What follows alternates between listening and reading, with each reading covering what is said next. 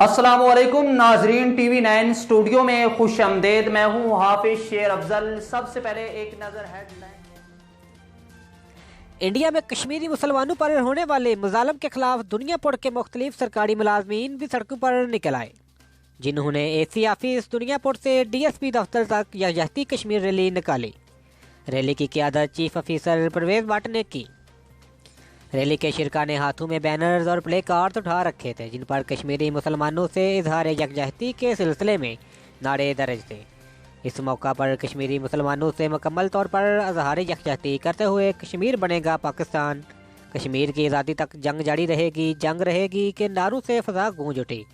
Chief officer Pervez but نے خطاب کرتے ہوئے نہتے مسلمانوں، مرد و خواتین، بچیوں اور بوڑھوں پر ہونے والے مظالم کی شدید الفاظ میں مذمت کی اور کہا کہ مشکل کی اس گھڑی میں ہم ان کے ساتھ ہیں۔